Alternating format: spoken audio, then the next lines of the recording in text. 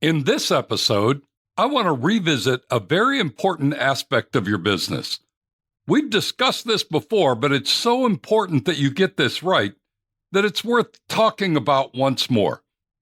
It's one of only two parts of your business where the rubber truly meets the road. Ready to make sure you're getting the traction you need to be successful? Let's get into it. Welcome to Why Business Teams Fail and How to Avoid It, a show helping small business owners build a radically engaged team that can run the business without you so you can remove the stress from owning a business and enjoy the freedom you deserve. Now, here's your host, Rich Allen. Today you'll learn that winning new customers requires you're crystal clear on three specific elements of your business.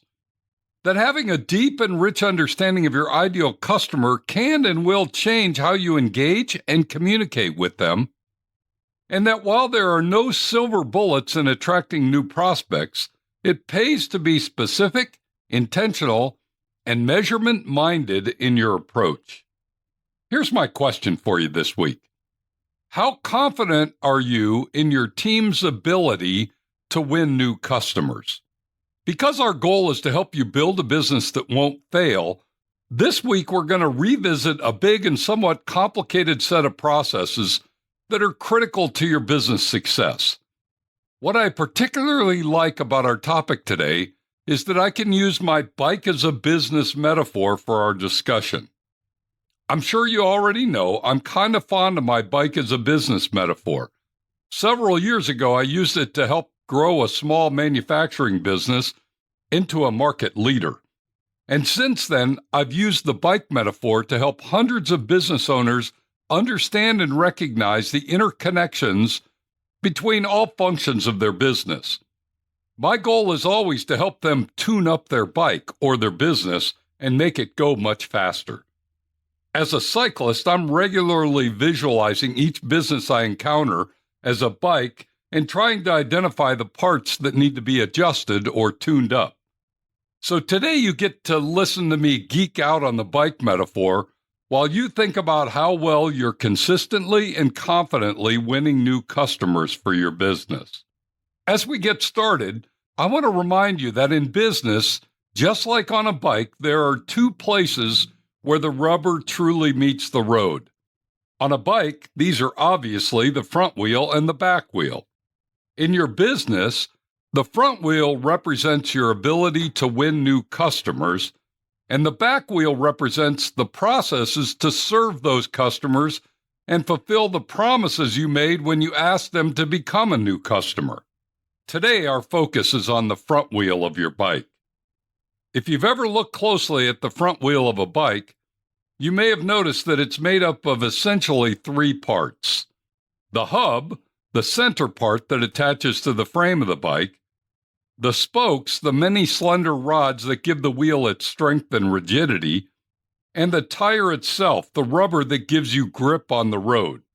It turns out that there are also three main elements that must fit tightly together for you to be able to consistently and confidently win new customers for your business. Let's explore each of them in detail. Let's start with the hub. The hub of the wheel represents the definition of your ideal customer. Just as the hub attaches to the frame of your bike, the clear, concise, and complete definition of your ideal customer is what must be attached to the frame of your business. What that means is that everything in your business is designed for, structured around, and focused on your ideal customer. The processes you use, the people you hire, the strategies you follow must be centered around attracting and satisfying your ideal customer. To get a clear picture of this, think about the differences between the ideal customer for a fast food restaurant and those for a 5-star fine dining restaurant. Because their ideal customer is different, these businesses use different processes, hire different people, and follow different strategies. So it should go without saying that if you're going to be great at winning new customers for your business, you must get a firm grip on the definition of your ideal customer.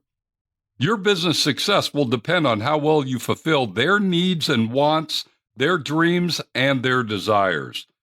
But far too many business owners haven't taken the time to capture and document the definition of their ideal customer. As a result, when someone comes along with the willingness and means to pay for their product or service, they gladly serve them as if they were their ideal customer, when oftentimes they're far from it. Why is that a big deal, you ask? Well, because when you think of those customers that typically are never satisfied or are a pain in the neck to work with, I'd suggest that most of the time it's because they don't fit the definition of your ideal customer. Here's an exercise for you to do. Find an empty chair, a pad of paper, and a pen. Sit down in front of the empty chair and imagine that your ideal customer, your dream customer, is sitting in the chair in front of you. First, write down everything you know or think you know about that person demographically, socially, and educationally. Write down their age, their income level, the neighborhoods they live in, the cars they drive, whether they're married, have children, or travel a lot. Everything you can think of, just write it down. Now write down everything you believe that ideal customer is thinking about when they're buying or using a product or service in your industry. What are their dreams? What are their desires? What do they fear most? What might they have experienced in the past, both good and bad? Don't stop until you have a couple of pages of notes. The more, the better. And if possible, write things using words and phrases they might use. Using their words rather than yours is always better and more powerful. Now, once you're finished, you should have a very clear picture of your ideal customer. And guess what? The dreams, desires, fears, and worries you've written down are excellent words and phrases you should use in any of your marketing messages or social media posts. Those who hear or read the words you use can relate to them and are very likely your ideal customers. Once you've completed this exercise, you can move on to the spokes. The spokes represent your marketing strategies. Now think about the front wheel of a bike again and notice how many spokes there are on the wheel. You'll probably find more than just a few. Most bikes have 20 or more spokes. If they have fewer, each one is more solid and sturdy. The reason they have so many spokes is because the spokes give the wheel its strength and keep it turning true without wobbling, bending, or breaking.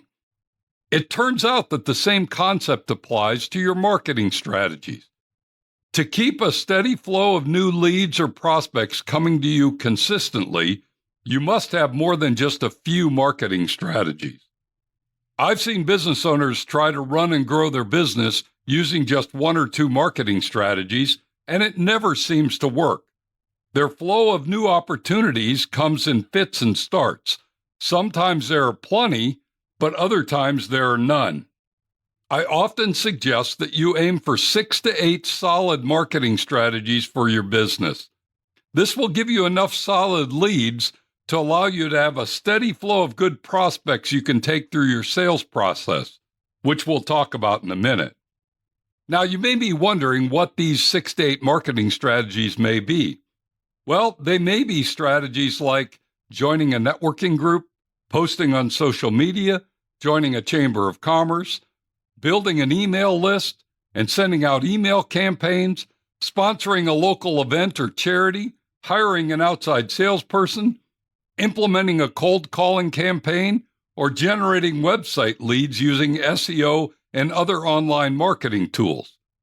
The key here is to pick those strategies you think are right and best to reach your ideal customer, then test and measure whether they work or not. As you go along, you can make small adjustments to your message and your methods and continue to test and measure. Done well, this iterative process can generate some great results and give you a steady, solid flow of qualified leads to take through your sales process. Now, lastly, let's talk about the tire, the rubber on your front wheel. This is where you get traction with the surface you're riding on.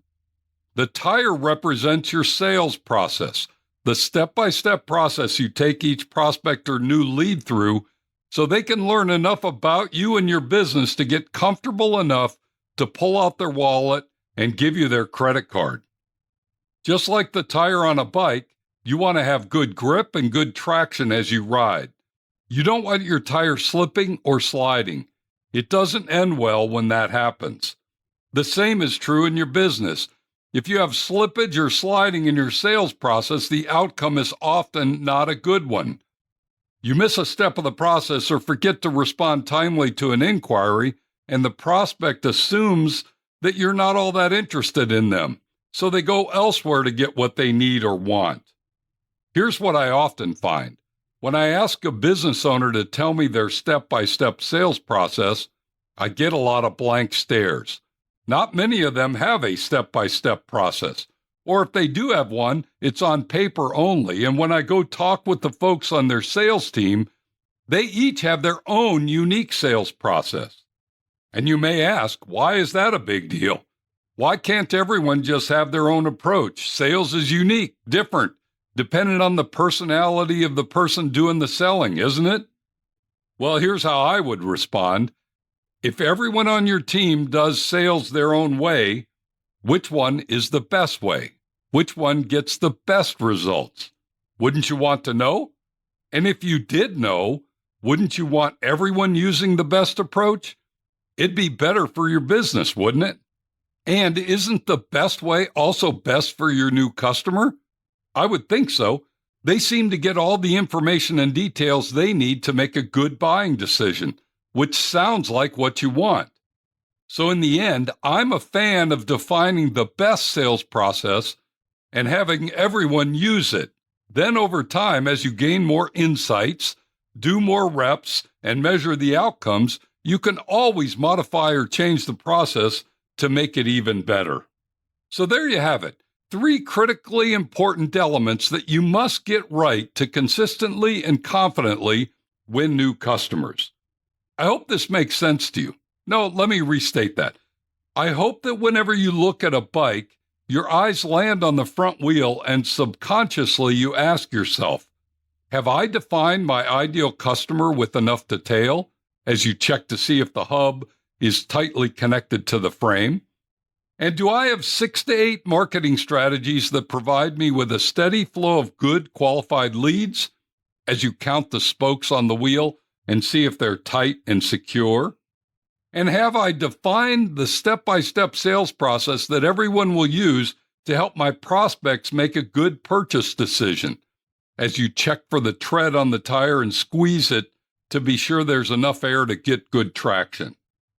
Do this, and you'll position your business to be among the best in your industry at defining, attracting, and securing your ideal customers. It's the unspoken dream of every business owner I've ever met. And now it can be your dream too. As we wrap up today's podcast, let me leave you with these simple thoughts. Number 1, winning new customers begins with a detailed understanding of your ideal customer, their wants, needs, fears, concerns, and dreams.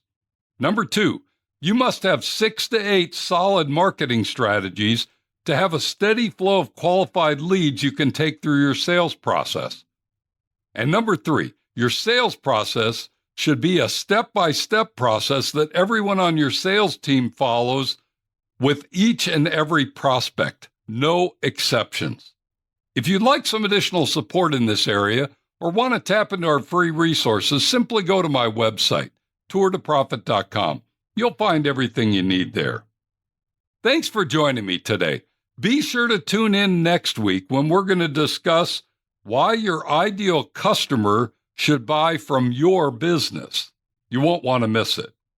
Now, go make it a great week, and whatever you do, ride hard. Thank you for listening to Why Business Teams Fail and How to Avoid It. Make sure to like, subscribe, and tell your friends so you don't ever miss an episode. Now go make it a great week, and whatever you do, ride hard.